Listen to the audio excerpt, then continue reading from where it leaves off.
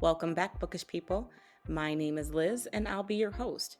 This is my podcast where I talk about books, authorship, and all the different parts of the creative process.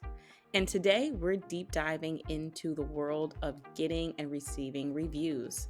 So I have the wonderful M.H. Elrich, and she is a Christian fantasy author, reader, otaku, and teacher who wears too many hats.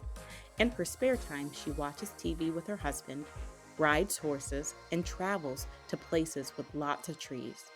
Her work has been featured in two separate books, Finding God in Anime and Where Giants Fall. And her stories have won several awards at the Kern Country Fair.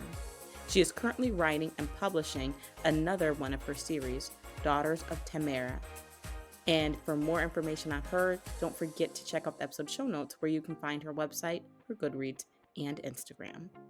Now that you know a little bit about MH, let's jump right into the episode where we can learn more about her and the importance of reviews.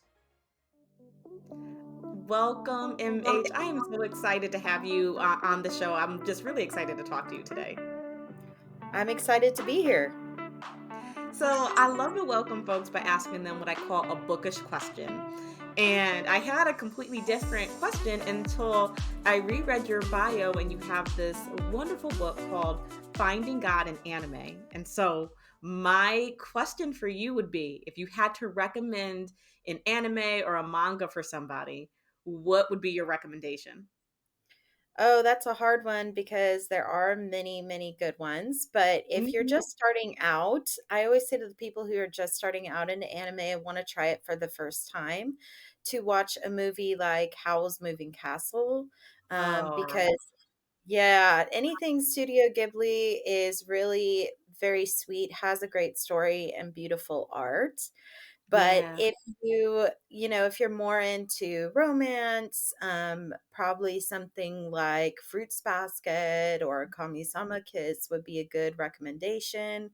But if you're more into action, you might like Demon Slayer or Full Metal Alchemist. So it really depends on your interests and what you enjoy doing. But I always say to any newbie or beginner, start with the Studio Ghibli movies just because they are so good and they have such a precious message. So that's where I usually recommend people start. Oh my gosh, like so many great recommendations. I will not pick your brain more about that because we are here to talk about reviews and your author journey. And so please, please, please, please share with us, how did you become an author? How did this journey start for you? I am also a teacher, and my second grade teacher inspired me to write way back when by just asking us to create little stories, with paperback that you staple together with construction paper. And Yes. so if you're a teacher out there going, "Man, can I inspire these students to ever become more than, just ordinary people?" Let this be an encouragement to you because that second grade little story with construction paper started the journey that I would know to become a writing journey and becoming an author. I always knew I wanted to finish and publish a book, and I decided to go with the path of self publishing. I know that's not for everyone, but just after doing some research, I realized I really wanted to have control of my art and my work and just everything involved in it. So I went down that path, and a friend really encouraged me to finish my first draft of my story Hmm. when I was an adult. And that was the hardest hurdle to overcome. And I'm sure you understand that is finishing a book is the hardest hurdle. And then Girl. so yeah, it editing and cover design and all those things don't take as much time, I feel like, as finishing the first one. Then editing takes the next chunk, but publishing and everything else was actually pretty smooth sailing. So since then, I have come out with two books, one novella, one collection of short stories. I'm a part of an anthology, and like you said, I'm part of the Finding God in Anime, Volume 2. So I feel like from that point in 2019, 2018, when I first published, God Yeah. has really just blessed me and really grown it from the Lovely. ground up. I love that. I love that. And I love that you mentioned self-publishing. Earlier in the season, we talked a lot about like traditional publishing. And so it's nice to kind of see on the other side because it is a lot of work. And so it's nice to see you still smiling after that journey. Yeah, it's a long journey, but I feel like if I didn't have the support of the author community online and my best friend who is also a writer, I wouldn't Mm, be where I am today. That community really helped me get yeah. to publishing and writing and doing all of my own work and things with my book. Absolutely, absolutely. And I want to talk a little bit about your services because you also provide services on your website. Is that correct? Yeah, so I tend to help people either launch their books, usually people who have already built a platform, so they already have some followers or a street team. So I coordinate with their street team to help launch their book. And then I also enjoy editing blurbs and short stories and things that are relatively short, Mm-hmm. just because I can, as an English teacher, obviously have that eye for grammar and spelling mistakes, but I also love to look at something and suggest ways to make it better and improve. I've helped many authors with their short stories, and even just young writers, any stage of writing. As an English teacher as well, I've helped people with their essays, so I do that. And then finally, I've helped people with their newsletters. So usually, what Mm, I will do is either help them write a newsletter, help them start a newsletter, help anything involved with email newsletters. So I tend to offer those services for any authors or writers in need of those sort of things so that they can get to writing and publishing their own books. You want them to focus more on that rather than all the extraneous things. absolutely. And I'm glad you mentioned newsletters because we really haven't had a lot of time on the podcast to talk about that, the importance of a newsletter. But uh, as someone who self-publishes, can you share why it's important to have a newsletter and that process? Honestly, newsletters are how I have sold a lot of my digital books. So, paperbacks I can usually sell in person at fairs, at bookstores, at things like that. But my digital books, I have tended to sell via newsletter swaps, is what they're called. So, I joined Story Origin, and we'll talk about that later because they also have a book review option. But I joined that service, and from that point on, I could find authors who were in my genre to swap exchanges with. So we exchange mentions of each other's books, and we share with our audiences so that we can work together to spread the word about each other's books. And I've also grown my email list using a service like that by offering what's called a reader magnet, which is basically a free ebook that people can get from joining your email list. And I have one as well. So if anyone wanted to join my email list, they can using that free ebook. But that's how I usually built up my email list, was using a service like Story Origin to build it and then being able to sell then my books to those readers. And from that, I have built a great community that is not owned by a social media company or run by anybody who could possibly ban me one day just Mm-hmm. because. So I do help and support authors who are great at social media, and I am on social media, but I do feel like it's very necessary as an author to have a newsletter because I have found that it is very effective for me to sell books, and it's very effective for me to gain readership that I wouldn't have otherwise. Absolutely. And, listeners, full disclosure, I used to be like anti newsletter, like, I don't want to do it. However, if Facebook, TikTok, whoever goes down, you have your readers. And it's nice because sometimes they'll email you and be like, oh, I like that post, or when is your book coming out? And that really helps to fuel the process and keep you going. So if you're a listener and you're on someone's email list, send them like a word of encouragement. That's always really nice. Yeah, absolutely. And, you don't have to make your newsletter boring. In fact, most people who say when you create a newsletter, you want to be interesting and make it so that your readers want to open your newsletter. Right. So I do talk about what I'm doing and what I'm writing and other books, but I also tend to go with themes. So, like this theme this month was Shakespeare and talking about, like what Shakespeare plays have you read, and just something that creates a fun conversation with my readers. And many have told me that they look forward to opening my newsletters because it's interesting and it's fun. Lovely. Yeah. And so I feel like that's very important for authors to know is you can personalize it so it's not just, oh, this is what I'm writing right now. This is what other people have written, but instead making it interesting and thematic. I love that. I love that. And just switching gears a little bit, have newsletters helped you with the review process and getting reviews? And well, before that, can you tell us why are reviews important?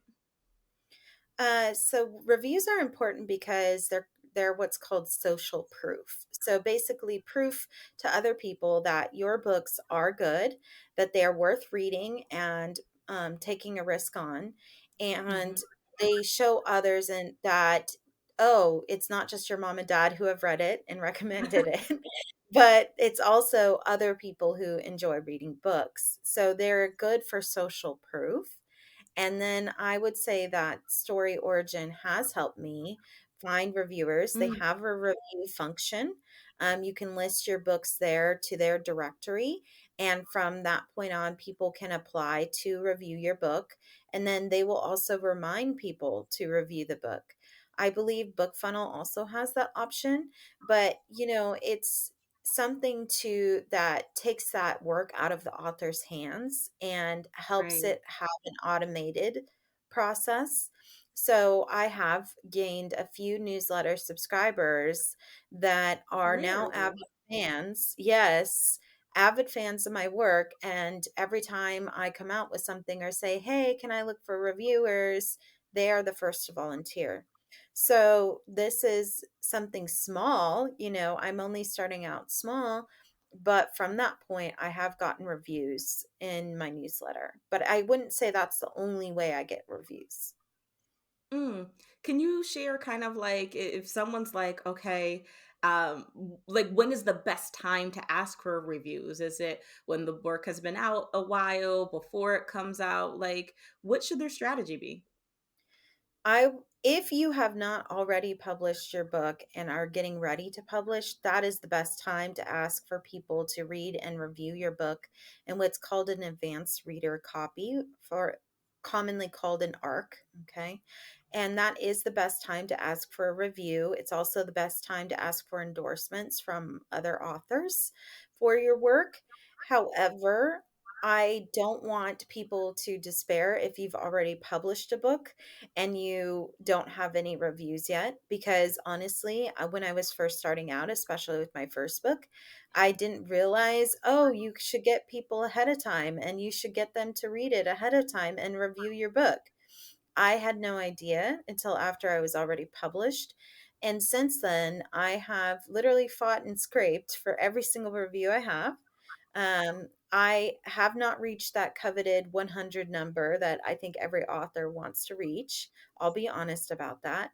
But the reviews I do have are ones that I have personally recruited almost every single person that has reviewed that on Amazon or on Goodreads.